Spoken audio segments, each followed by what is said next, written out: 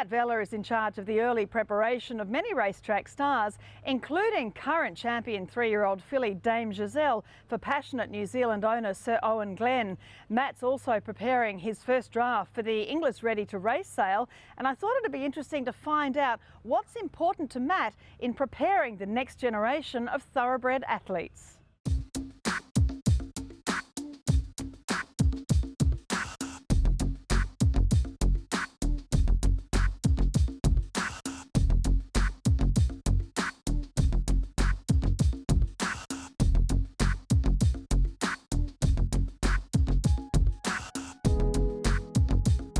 It's a fabulous operation to be working from out here at Glenhaven Thoroughbreds. Tell me a bit though about your background. You've been pre-training and breaking in horses for a long time now. Yeah, so I started doing all that stuff at quite an early age. My first job in racing was at Princess Farm for Bart Cummings. I was actually 14 when I started out there, and I was there under a couple of handy people running the show, and I actually jumped straight into riding pre-trainers out there. Was very lucky at that age. I was riding, you know, Bart's good horses alongside Scott Singleton, which was a massive help to me. He's a great name in the industry. And from there on, I sort of moved up through to go to Darley and work for Peter Snowden out there, and come to the track at Hawkesbury as well, and break in for other guys like Gary Fraser. In this time, I'd started my own business as well and sort of worked it up that way. Well, Glenhaven is owned by Sir Owen Glenn, and we know, obviously he's had so much success with so many great horses. Criterion is the, one that really springs to mind. Obviously, Dame Giselle at the moment is flying. But tell me about what he is wanting from the operation that you're running here.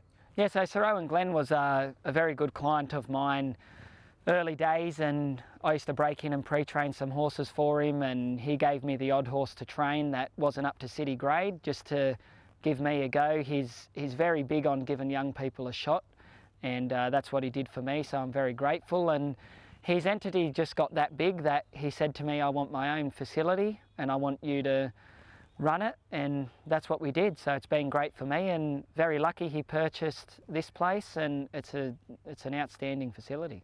And of course you've been involved with some of these fabulous horses. Dame Giselle, as we mentioned, I mean, she's the star of the Sydney Spring at the moment, isn't she? Yeah, she is. So what we do here is, Sir Owen Glenn obviously has a lot of his own horses. Whatever he breeds, whatever he purchases, they all come here early on.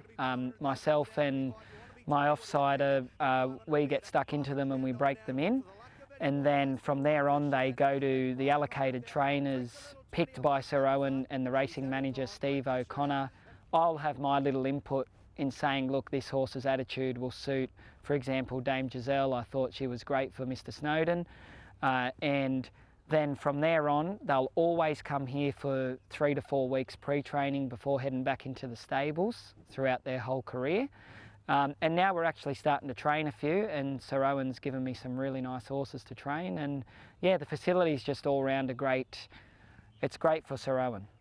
And a horse such as Blazer Trail, unfortunately, well, he's been spelling, he's coming back, but he's an interesting horse, one of the very few of the Criterions that were born, but he's just gorgeous, isn't he? But he is, you're looking at him more as a horse that can get over a bit more ground, and he was with Pete Snowden and the team, but sometimes it just works to have a different environment and perhaps, be trained differently to what, some trainers might initially think that they're going to do. Yeah, look, exactly. He's going to be a fantastic horse for my career. He's got a lot of ability, and the Snowdens done, their job with him. The goal back then was try and get to a golden slipper because he showed all that early speed. But, the horse is probably going to be better over a mile plus, as we've seen in the 2 starts I've gave him. And, Sir Owen thought the change of scenery would be great for him, and hence why he's out here with me, and he loves life. I do all of Bon Ho's work, and Carmel Sayers. She manages Classic Legend and all of them, and she's been a great support and kick to my career. So, got good people. Henry Field, who approached me about doing the breeze ups. He's a good friend and client now, and also another big supporter of mine throughout the years has been Peter O'Brien through Segenho, and he brings a lot of good clients here and a lot of good horses. He's, again, he's became a really great friend, and we ring each other up every day when it's breaking season, and we talk about the horses. And it's like he's thinking what I'm thinking, and it just works really well. And I've actually got a really nice filly here at the moment, pre-training up for them out of the great mare Girl Hustler. Her name's Goddess, so look out for her in the future. She's a lovely filly. She's, you know, very close to my heart, and yeah, I'm very grateful for them guys supporting me. Well, the Inglis Ready2Race sale, this is your first draft you have in the sale, but you've been involved riding for, riding some of these breeze ups for different trainers. What have you taken from that and how you're preparing the horses here? It's a good concept. I mean, a lot of people sometimes think they're just 200-metre horses, but the way we've trained them up and whatnot, it's actually, they're a horse to the owners. People buying can look at their stride, look at their action. They're pretty much just educated racehorses ready to go, and some of them aren't ready to race yet. But the whole concept is that when the trainer gets them, all they have to do is worry about training them to win races, not educate them for the racetrack. They're not necessarily, literally ready to race, as you say. I mean, some of them might, need to take some time. And, as we heard last week, a lot of these horses, 2-year-olds, don't actually race before Christmas anyway. But the point is, as you say, you're circumventing a whole year of if you've bought them as a yearling. You now know so much more about them if you're buying them as these 2-year-olds. Yeah, exactly. So, you can tell a little bit about their ability, their actions, their distances. I've got a couple in my draft that are going to make outstanding 3-year-olds. They might not make nice 2-year-olds, but they'll definitely make outstanding 3-year-olds. So the whole concept of it is, I think, is more so the education. Everything's done, that they haven't been hammered or drilled into just running fast times. Some of the horses that did run the slower times, they've got a lot of upside to them.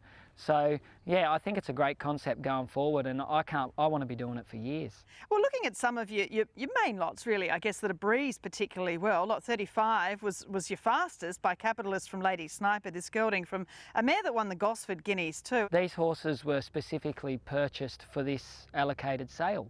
So I rang Henry up a number of times throughout the education of specifically the Capitalist, and I said, Henry, look, pull him out, give him to Peter Snowden, and you will win the Breeders' Plate with this horse and maybe go on through to the Golden Gift. I said, he's a magnificent animal, and as I've sort of educated him up and trained him as if he was my own, he's just shown a lot of ability. He's got a massive stride. He ran the second quickest time of the sale, and he's not at all screwed down at all. Lot 38, this colt by Hinchinbrook was also a really lovely breeze up too. He's out of Little Bit Ditsy, a Bella Spree mare, who of course Bella Spree's the dam sire of Ole Kirk, the Golden Rose winner. But this is also a brother to a really good little filly, Mrs Maisel, who's with Mark Newnham too. So again, a really beautiful colt, this one.